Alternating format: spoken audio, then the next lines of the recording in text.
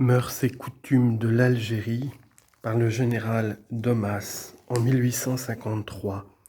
Chapitre 2. La société kabyle.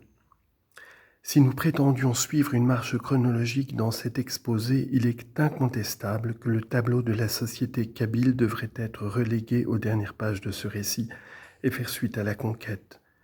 En effet, la conquête seule nous a livré les secrets du pays avec une entière certitude.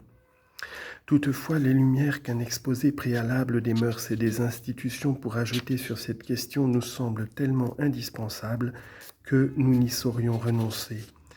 En les mettant à profit pour lui-même, notre lecteur ne devra pas perdre de vue que ni le gouvernement français, ni surtout ses premiers agents ne les avaient pas pour se guider au début de l'occupation. Dans le principe, un malheureux esprit d'induction conduisit toujours à conclure du fait arabe qu'on connaissait peu au fait kabyle qu'on ignorait entièrement et qui ne lui ressemblait en rien.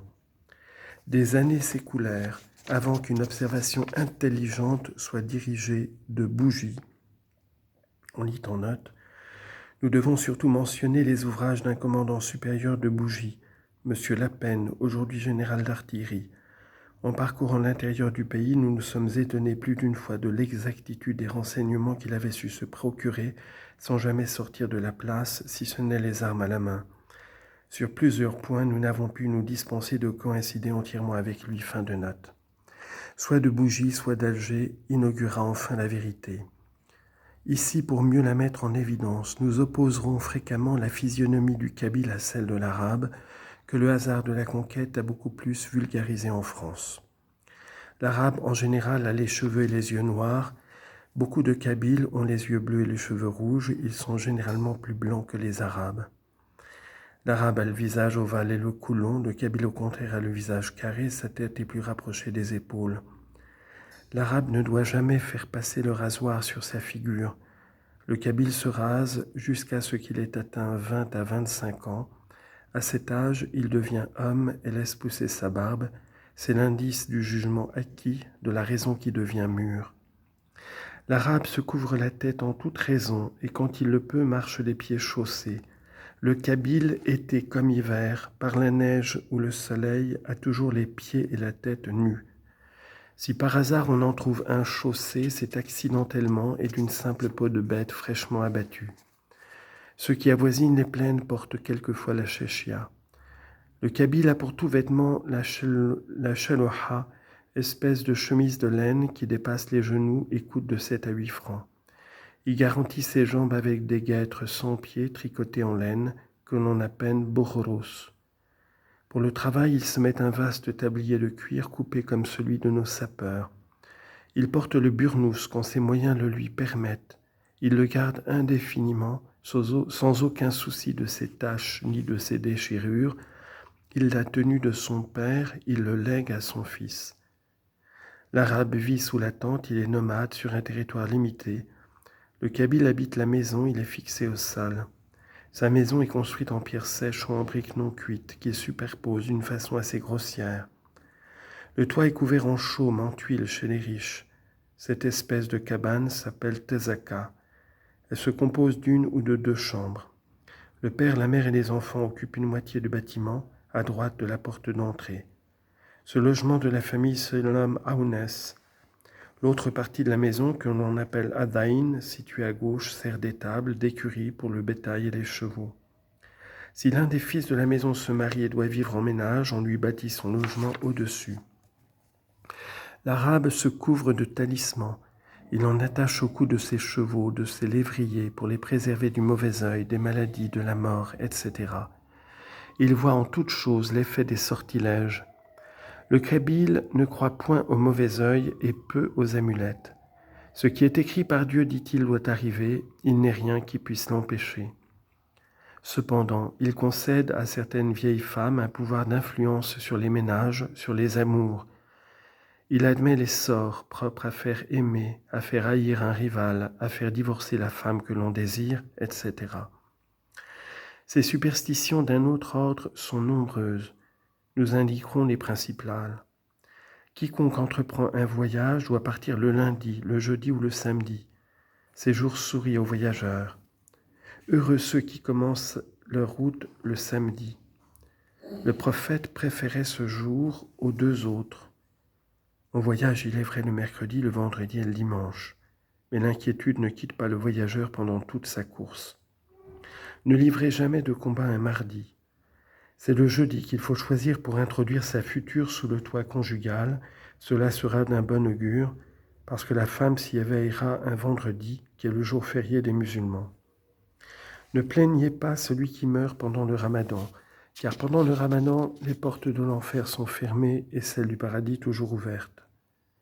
Voir un chacal en se levant, présage heureux. Deux corbeaux au moment de se mettre en route, signe d'un voyage prospère. Voir un lièvre le soir, mauvais augure. Apercevoir un corbeau seul avant que de se mettre en route, motif d'inquiétude. Les Kabyles, si incrédules au sujet des sortilèges, le sont beaucoup moins sur la question des démons. Ils disent qu'il y en a en toute saison, excepté dans le Ramadan, parce que Dieu les force à rester en enfer pendant le mois sacré. Ils les craignent horriblement. Jamais un Kabyle ne sortira la nuit de sa maison sans les conjurer au nom du Dieu le puissant, le miséricordieux. Il en fera autant quand il passera près d'un endroit où il y a eu du sang versé, car les démons qui aiment le sang n'ont pas manqué de s'y donner rendez-vous. Il existe aussi, si ce n'est un préjugé, du moins un mépris général de l'ânesse, et à tel point que dans certaines tribus, un Kabyle pour rien au monde ne voudrait en voir une entrée dans sa maison. On raconte une légende qui expliquerait cette aversion par un acte hors nature du temps des anciens Kabyles. L'Arabe déteste le travail, il est essentiellement paresseux. Pendant 9 mois de l'année, il ne s'occupe que de ses plaisirs. Le Kabyle travaille énormément et en toute saison. La paresse est une honte à ses yeux. L'Arabe laboure beaucoup. Il possède de nombreux troupeaux qu'il fait paître. Il ne plante pas d'arbres. Le Kabyle cultive moins de céréales, mais il s'occupe beaucoup de jardinage. Il passe sa vie à planter, à greffer. Il a chez lui des lentilles, des pois chiches, des fèves, des artichauts, des navets, des concombres, des oignons, des betteraves, du poivre rouge, des pastèques, des melons.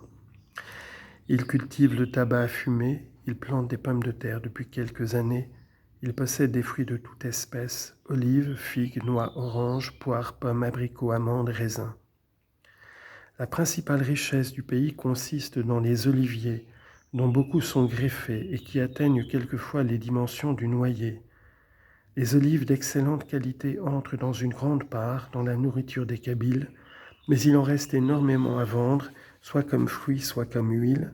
Celle-ci s'exporte dans des pots de bouc à Alger, à Bougie, à Délice, à Stef, sur tous les marchés de l'intérieur. La terre de labour n'étant pas très abondante eu égard à la population, les Kabyles n'en négligent aucune parcelle. Ils donnent 2 façons à la terre et la couvrent d'engrais, mais ils ne lui laissent presque aucun repos. On la trouve rarement en jachère, ils ne pratiquent point l'assolement. Leurs champs sont en général assez bien nettoyés et quelques-uns rendent jusqu'à 25 pour 1.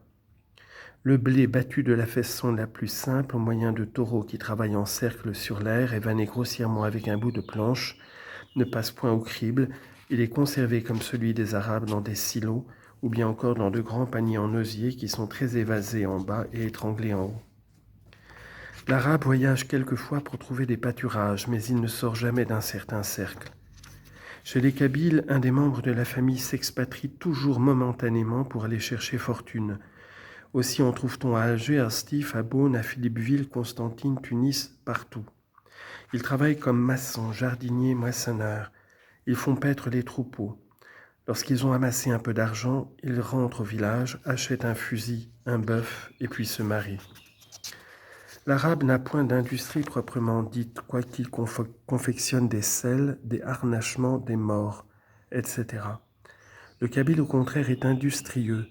Il bâtit sa maison, il fait de la menuiserie, il forge des armes, des canons et des batteries de fusils, des sabres, des couteaux, des pioches, des cardes pour la laine, des socs pour la charrue. Il fabrique des bois de fusil, des pelles, des sabots, des métiers pour tisser. Chez lui se travaillent les burnous et les habayas, vêtements de laine, les haïrs de femmes, les chachia blanches.